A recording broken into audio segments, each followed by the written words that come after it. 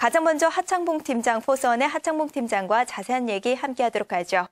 자, 어서 오세요. 네, 안녕하십니까. 네. 자, 오늘 외국인 매도세를 보였습니다. 이번 주 들어서 가장 많은 물량을 내놨는데요. 하지만 자동차 쪽에서는 매수세를 보여서 눈길을 끌었거든요. 어떤 내용들 준비되어 있습니까? 네, 어저께 이제 만기를 무난히 잘 그쳤다고 생각을 했는데 파생시장에 쓰는 용어가 하나 있습니다. 바로 후폭풍이라는 단어인데요. 사실 만기일이 끝나고 나서 오늘 종합주가지수는 다시 한번 1990선 밑으로 내려간 것 같습니다. 오늘 전체 수급이 보니까 6천억을 팔았나요, 외국인. 그중에서 삼성전자 30만 주 어마어마하게 팔았다는 의미를 말씀드리겠고, 그런 와중에도 역시나 중소형주의 외국인 매수 그리고 자동차주의 매수 좀 들어왔던 것 같습니다. 오늘 외국인이 주로 많이 매수한 종목들을 좀 살펴드리면 그중에서 약간 돋보였던 것이 자동차가 좀 많은 것 같아요. 금호타이어, 현대차, 현대상선, 코라홀딩스, KTNG 같은 종목이 있는데 현대상선 같은 경우는 사실 샀습니다만 주가 워낙 많이 빠졌기 때문에 사긴 샀는데 별로 주목은 못 됐던 것 같고요. 그중에서 가장 큰 키워드는 그래도 뭐니 해도 자동차 아니겠습니까? 현대차입니다.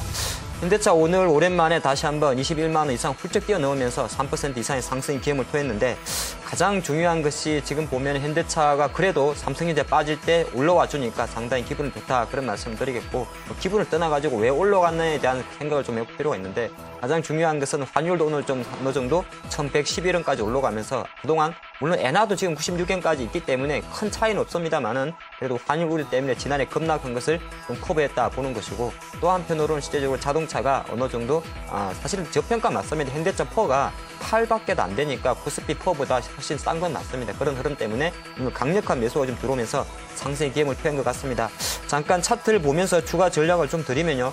현대차 같은 경우는 실제적으로 제가 좀 장기적으로 보니까 지난 글쎄요 2011년도 2월달부터 그래도 21만 원이 어느 정도 약간은 솔직히 말해서 발목 라인 같습니다. 20만 원 지지선 버전 21만 원이 오히려 더 의미가 있었다는 것을 최근 6개월 동안에 보여주는 모습이고요. 오늘의 거래량이 상당히 좋고 캔들상 좋은 수급이 들어왔기 때문에 어느 정도 사실 현대차는 자기 실적 기준으로 보면 회사 펀더멘탈을 무시하면 사실은 제가 봐도 25만 원 위에 있어야 될 게 맞긴 맞습니다. 하지만 그것 자체가 주가라는 것이 그대로 쭉 가는 건 아닌데 그런 관점에서 볼 때는 항상 앞으로 향후에도 일단 21만 원 전후에서는 매수, 또 올라가게 되면 어느 정도 일부 청산 박스권 트레이닝 요요한데 지금 솔직히 얼마까지 갈지는 모르겠어요. 일단 오늘의 의미 있는 차트만 봤을 때는 오늘의 반등 패턴은 상당히 의미가 있기 때문에 다음 주 초에도 일단 가장 1차적으로는 23만 원까지 올라가는지 여부를 체크한 후에 추가 전략을 드리는 게 어떨까 싶습니다. 기관도 오늘 자동차주에 관심을 보이는 모습이었는데요. 특히나 자동차 부품주에 더 큰 관심을 보였기 때문에 주목이 되고 있습니다. 자, 순매수한 종목들 이어서 확인해 볼까요? 네, 역시나 오늘은 장이 가장 중요한 것이 자동차 흐름이었습니다. 그러다 보니까 기관은 또 오랜만에 기아차에 대해서 매수를 좀 많이 해준 것 같고요. 자동차 상당히 완성차도 많이 쌌고 부품도 샀는데 종목들을 살펴보니까 기아차, SL, 세종공업 이 세 종목은 거의 다 자동차 관련주죠. 그리고 CJ 헬로비전, 이수페타시스라는 PCB 업체가 있었는데 자동차는 한번 앞에서 했기 때문에 저는 오늘 특징 종목으로 CJ 헬로비전을 한번 뽑아봤습니다. CJ 헬로비전 그러면 이게 작년 정도에 상장을 한 회사죠. CJ 계열의 이제 SO 업체라 봐야 될까요? 아니면 티빙 관련해서 모바일 방송 그리고 인터넷 방송을 좀 보시면 좋을 것 같은데 사실 이거는 제가 특징적으로 뽑아본 것이지 주가 관점에 본 건 아닙니다. 블록들이 이야기가 나왔죠. 어저께 대량의 외국인 매도와 기관 매수가 있어서 기관 매수는 잡혔는데 최대 주주였던 것 같습니다. 포모사가 433만 주를 14,000원에 주당 블록대를 했고요. 이 종목이 지난해 11월 8일 날 상장한 회사이기 때문에 아직도 2대 주주 어떤 지분이 조금 남아 있습니다. 세이버리라는 회사인데 총 주식이 6,900만 주니까 한 10% 수준은 남아있는 것 같아요. 580만 주 드는데 날짜 계산해보니까 5월 8일입니다. 딱 6개월 되는 것이. 항상 보호예수는 1개월, 3개월, 6개월 단위로 가는데 그 전까지는 사실은 주가 모멘텀은 좀 약할 수 있지 않을까 그렇게 좀 봐드리겠고요. 투자 관점에서는 잠깐 차트 보면서 좀 간단히 전략을 드리도록 하겠습니다. 신규 주식들은 두 가지 때문에 항상 어떤 주가가 가냐 마냐의 판단합니다. 뭐냐 하면은 바로 공모가를 회복하느냐 못하느냐의 가장 큰 키워드인데 CJ 헬로비전은 공모 당시 제가 판단할 때 좀 비쌌던 것 같아요. 16,000원에 들어왔었는데 실제적으로는 지금 5개월 동안 한 번도 못 가고 있습니다. 그리고 실제적으로 지금 현재 수준에서 어저께 대량 거래는 블록딜 물량이었고요. 5월 8일이니까 아직 한 달 이상 남았죠. 5월 8일 정도에 다시 한번 남아있는 590만 주에 대한 블록딜 이야기가 나올 수 있기 때문에 회사 펀더멘탈을 떠나가지고 일단은 단기적으로는 싸 보이니까 갔겠지 그런 매수보다는 수급이 재료를 우선하는 종목이다 생각하시면서 지금 관심 종목에 넣어두시되 투자 관점에서는 물량 소화 과정을 좀 확인한 후에 진입하는 게 어떨까 싶습니다. 네, 마지막으로 신고가 기록한 종목도 확인해 보겠습니다. 오늘 갤럭시 S4에 대한 기대감으로 슈프리마 같은 종목도 신고가를 기록했는데요. 또 이 다른 종목들은 어떤 쪽으로 있었습니까? 네, 신고가 종목을 제가 늘 뽑다 보면은 정말 가는 종목만 갑니다. 정말 잘 가는 건 잘 가는 것 같아요. 오늘 좀 몇 개 좀 정리를 해봤는데, 바이오 쪽에서는 메디톡스가 있고요. 역시나 슈프리마 이제 그 갤럭시 S4 관련해서 아이스코럴링 생체인식 관련주였죠. 슈프리마 있고, KMW, 캐시그린 홀딩스. 캐시그린 홀딩스는 이 자회사 캐시코텔 같은 회사가 있는데 정말 잘 가네요. 매일 가고 있습니다. 그리고 은행주 중에서 지방은행, 전북은행이 있습니다. 이 중에서 가장 좀 돋보이는 것은 바로 KMW입니다. 최근에 보면요, 우리 투자가분들이 주지하고 있을지는 모르겠습니다만 LTE 관련해서 실제적으로 주가가 계속 가는 섹터가 있습니다. 그것이 바로 네트워크 통신 장비업체입니다. 그 대표적인 종목에 KMW라든지 엔텔스, 에스테크 이런 쪽, 웨이브 일렉트로 이런 종목이 있는데 KMW 같은 경우도 실제적으로 LTE 기반에서 통신 장비업종으로 보시면 어떨까 싶고요. 국내는 잘 모르실 수도 있는데 수출 비중이 80%가 넘습니다. 거의 대부분이 북미 쪽, 미국 쪽을 공략하고 있고요. 그러다 보니까 주요 고객사가 미국 회사입니다. 스프린트 넥스타라는 회사인데 이 스프린트 넥시들이 또 미국의 유능한 통신회사 있죠. AT&T 우리 많이 들어봤을 겁니다. 이 회사의 경쟁 구도를 갖고 있으니까 거기에 통신 장비를 납품하는 KMW 같은 경우는 상당히 꼭 먹고 알 먹고 전략을 보여줬다 말씀드리겠습니다. 잠깐 차트 보면서 간단히 전략 드리면요. 이 종목이 그렇기 때문에 지난해 하반기부터 한 7천에 시작했던 주가가 계속적으로 상승을 하고 있습니다. 장기적 관점에서 아마 지지난해 5천원대 바닥을 찍은 이후에 어느 정도 올라오는 모습이죠. 그러다 보니까 지난해에는 2012년도 300억 정도 영업이익이 나오면서 실적적인 부분에서도 폭자 전환을 했다. 그런 말씀드리겠고요. 차트가 이것이 V자 반등이라 그럽니다. 어찌 보면 이게 갈매기 모양이죠. 갈매기 모양을 하다 오늘 날개를 쫙 비상했기 때문에 사실은 수렴 기간과 조정 기간이 일치했고요. 21선, 60일 정배열이 있기 때문에 제가 판단할 때는 KMW 한 2개월 이상, 3개월 정도 정체 후에 반등이기 때문에 지금부터 상승 탄력성에 다시 한번 힘을 실어줄 수 있다. 그렇게 보는 관점에서 다음 주에도 조금 이 종목에 대해서는 계속적인 관심이 필요하다 할 수 있겠습니다. 네, 신고가 기록한 종목까지 총 3가지 관점에서 수급 전략 확인해 봤습니다. 자, 이제 이어서 이슈 스나이퍼 시작하도록 할 텐데요. 오늘 장에 가장 강했던 업종과 테마 이슈 확인해보는 시간이죠.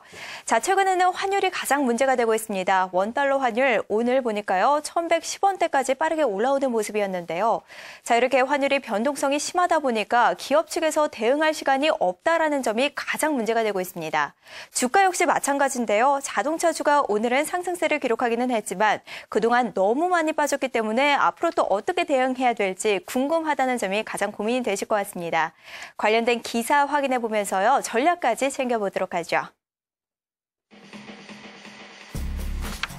환율 변동이 심해진 상황인데요. 어떻게 받아들여야 될지 관련 내용 확인해 보겠습니다. 김홍달 우리금융연구소장이 관련해서 언급했는데요. 최근 환율의 움직임이 초미의 관심사가 되고 있습니다. 원고와 엔저가 동시에 나타남으로써 수출 비중이 높고 일본과 치열한 경쟁 구도에 있는 우리 경제와 수출 기업들에 부정적인 영향을 미칠 것이라는 우려가 팽배해지고 있기 때문인데요. 자, 그러나 돌이켜보면 현재 1,090원 내외의 환율 수준, 그리고 추가적인 원화 가치의 상승이 국내 경제와 수출에 치명적인 위협이 될 것이라고 단정할 수는 없습니다. 그렇다면 최근의 원고 엔저 현상에 대해 우려하는 것은 무엇 때문일까요? 먼저 원화의 저평가 상태에서 누려왔던 낙과가 줄어드는 데서 오는 상실감일 수 있습니다. 두 번째로는 글로벌 경기 회복이 더딘 데 따른 부담과 맞물려 있기 때문인데요. 글로벌 수요가 침체된 상태에 있는 최근에는 수출이 가격 경쟁력 변화에 더 민감해질 수밖에 없기 때문입니다. 세 번째로는 일본 제조업체의 부활입니다. 엔고로 크게 훼손됐던 일본 기업의 경쟁력이 살아나고 있어 엔저는 일본 제품과의 경쟁에서 밀릴 수 있다는 위기감으로 이어지고 있습니다. 마지막으로 무엇보다 대응하기 어려울 만큼 빠른 환율 변동 속도 때문입니다. 최근 환율 변동에 대한 우려가 이런 이유에서 비롯되었다면 원화 강세를 무조건적으로 비관하기보다는 관점을 달리해서 대응하는 해안도 필요한 시점인 것 같습니다. 자, 이렇게 모멘텀이 없는 상황에서 환율이 빠르게 움직이다 보니까 시장에는 또 하나의 부담으로 작용되고 있는데요. 관련해서 어떤 방법이 있을지 이어서 체크해 보겠습니다. 네, 오늘 기사 내용을 보니까 김홍달 씨입니까? 우리금융연구소장의 어떤 환율 문제에 대한 어떤 중요한 기사 같습니다. 기사를 같이 본다 그래도 사실 뭐 많은 부분이 있습니다만 한 몇 가지 정도가 제가 눈에 들어오는 것 같아요. 가장 결정적으로는 확실하게 2007년도, 2005년도와 지금의 2013년도는 다르다는 거죠. 2007년도 같은 경우는 실제적으로 글로벌 경기 자체가 같이 화랑을 보이면서 환율도 움직였었기 때문에 오히려 시장에는 수출 경쟁이 높은 국가 입장에서 우리나라 입장에서는 호재가 됐습니다만은 지금의 환율 구조, 특히 우리나라도 마찬가지고 글로벌도 마찬가지입니다. 지금의 환율 구조에서는 실제하게 어느 정도 경기가 약간은 회복은 아니죠. 슬슬 경기가 힘들다는 이야기하기 때문에 경기가 안 좋은 상태에서 환율 변동성이 커지고 있다는 것에 대한 어떤 그런 리스크를 계속적으로 이야기한 것 같습니다. 정부에서는 계속 보면은 박근혜 정부 입장에서도 환율에 대해서 약간 미세 조정의 이야기는 하고 있습니다만은 참 안타까운 것은 이 환율이라는 것이 미세 조정만으로 핸들링 할 수가 없는 것이죠. 왜 그러냐면 가장 결정적으로 세계 글로벌 기축 통화는 결정적으로 미국의 달러화 그리고 일본의 엔화 최근에 이제 위안화의 중국의 위상도 커지고 있는 상황에서 우리 원화 같은 경우는 실제적으로 해외 글로벌 통화의 움직임에 따라서 연동될 수밖에 없는 그런 취약한 구조를 갖고 있다 그렇게 보는 겁니다. 그러다 보니까 실제적으로 최근에 지난해 연말부터 환율 문제 자체가 사실 국내 정시에 그리고 정치권으로 경제 전반으로 많은 영향을 미칩니다.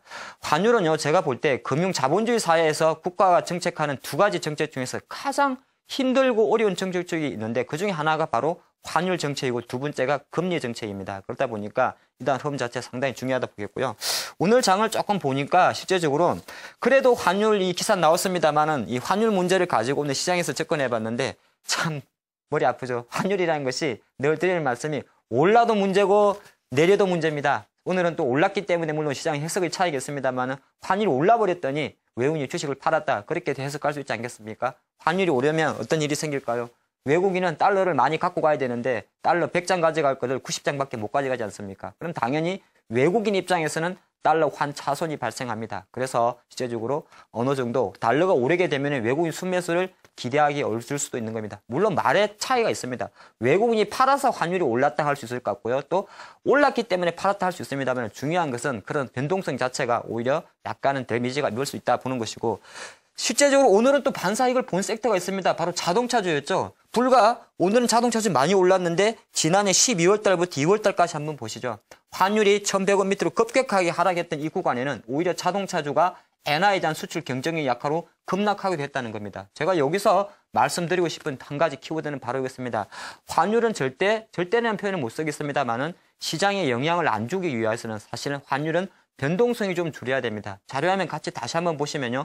변동성 자체가 이렇게 등락이 심하면 안 되는 것이고요. 오히려 안정적으로 움직여야 되는데 훅 빠졌다가 훅 올라오니까 시장에는 갈피를 못 잡는 그런 흐름을 보여주고 있습니다. 그래서 환율 문제는 사실은 접근하기도 상당히 어렵습니다만은 환율이 움직일 때마다 항상 수혜주와 피해주 나옵니다. 자, 환율이 올랐습니다. 제가 결론 좀 내려드릴까요? 환율이 올랐기 때문에 이제는 외국인 매수 수급에 대해서 조금 부담이 될 수 있고요. 그렇다고 뭐 갑자기 수출처가 화랑을 피느냐 그러진 않습니다. 갑자기 올랐기 때문에 수혜주보다는 피해주가 많이 생길 수가 있습니다. 피해주는 바로 외화 부채가 많은 기업들이 다시 한번 실적에 대한 부담감을 좀 가질 수 있습니다. 외화 부채가 많은 기업이 뭐가 있냐고요?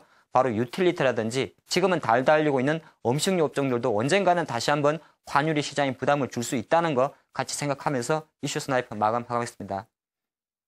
네, 환율은 너무 내려도 문제고 또 올라도 문제인 것 같은데요. 그동안은 너무 내렸다 보니까 수출주에 부담이 됐었는데 이제는 또 너무 오르다 보니까 내수주에도 악재가 되는 것 같습니다. 뭐든지 다 균형을 찾는 그 과정이 중요할 것 같은데요. 평균점을 찾는 그 과정이 가장 중요한 시점인 것 같습니다. 지금까지 이슈 스나이퍼였습니다. 네, 오늘은 좀 많이 빠져버렸습니다. 금요일날 좀 안 빠졌으면 좋겠는데 우울한 주말 지수로 보면 좀 우울한 것 같아요. 제가 오늘장 한마디 이렇게 시작합니다. 또 시작인가? 삼성전자 물량 공세. 또의 의미는 바로 1월 달에 트라우마가 잠깐 생각나서 그렇습니다. 오늘 삼성전자가 148만 원에 끝났는데 무엇이 특징인지 아십니까? 바로 종가 저가였다는 것이고요. 종가가 저가였다. 그리고 오늘 삼성전자가 실제적으로 30만 주 외국인 매도가 나왔는데 매도 나온 것 중에서 비차익으로 나온 금액이 5천억이었다. 종목이 비차익으로 나왔다. 우리 투자자분들 좀 생소할 수 있죠. 기계적으로 무조건 판 겁니다. 왜 팔았을까요? 그거는 저도 몰라요. 물론 오늘 시장에서 들어왔던 이야기는 FTSA 펀드 리밸런싱 관련해서 그냥 물량이 팔았다 그렇게 나오고 있고 그냥 하는 이야기로 올 갤럭시 S 출시하니까 뭐 없더라 이렇게 해서 판 것도 있습니다만 중요한 것은 삼성전자가 빠졌다는 거죠. 그래서 그 흐름 쪽에서는 조금 부담이 된다 말씀드리겠고 1월의 트라우마는 사실 제가 트라우마까지는 생각은 안 했는데 만약 이렇게 됐을 때는 다음 주 초반에도 일단은 삼성전자에 대한 외국인 수급이 조금 나올 수 있는 거는 조금 생각을 하셔야 될 것 같고요. 자동차주가 그래도 그나마 시장 대안 투자로서 제가 보니까 시장 변동성을 잡아줄 것 같습니다. 삼성전자만 놓고 보면 좀 차트 보기 깝깝한데 그래도 자동차 쪽에 매수가 바로 있기 때문에 지수는 크게 흔들릴 것 같지 않기 때문에 오히려 삼성전자에 대해서는 조금 보수적, 자동차나 기타 섹터에 대해서는 긍정적 시각을 가져가는 게 좋을 것 같고요. 오늘 기장의 가장 큰 하두는 바로 갤럭시 S4였습니다. 이게 어떻게 반영될지는 저도 모르겠습니다. 오늘 일부 종목들 좀 오른 것도 있고 실망했던 무선 충전 테마 많이 빠지기도 했습니다만은 큰 그림에서 봤을 때는 조정 폭이 저희는 쉽게 해서 어느 조정에 들어간다 이야기를 합니다만은 깊을 것 같지는 않습니다. 왜 그러냐고요? 어차피 2, 4분기에도 삼성전자 갤럭시 S3는 삼성전자 목표대로 글로벌 1억대가 가능할 수도 있기 때문이죠. 그렇기 때문에 IT주의 부품 일시적 조정이라 생각합니다. 조정폭이 그렇게 깊지 않을 거기 때문에 일시적 조정에서 어느 정도 고점에서 물리신 분이라도 좀 기다려보시고 저점에서 재매수하고 싶으신 분들은 타이밍적으로만 진짜 출시될 때까지 한 2주 정도만 좀 여유를 가지는 것이 어떨까 싶고요. 코스닥 조금 짧게 말씀드려야 될 것 같아요. 외국인이 오늘 조금 역시나 좀 사주긴 했는데 제 느낌은 조금 불안하네요. 그래서 코스닥 전체적인 외국인 수급 다음 주 계속적으로 들어오는지 체크해야겠습니다. 내일장, 월요일장이 되겠죠. 잠깐 제가 이런 생각이 들었습니다. 한 달 정도 강한 열기를 보였던 것 같아요. 2월 14일 이후에. 이제는 약간은 다음 주 정도는 제 개인적인 생각입니다만은 잠깐 쉴 수 있는 시간이 가질 수 있지 않을까 그렇게 보겠습니다.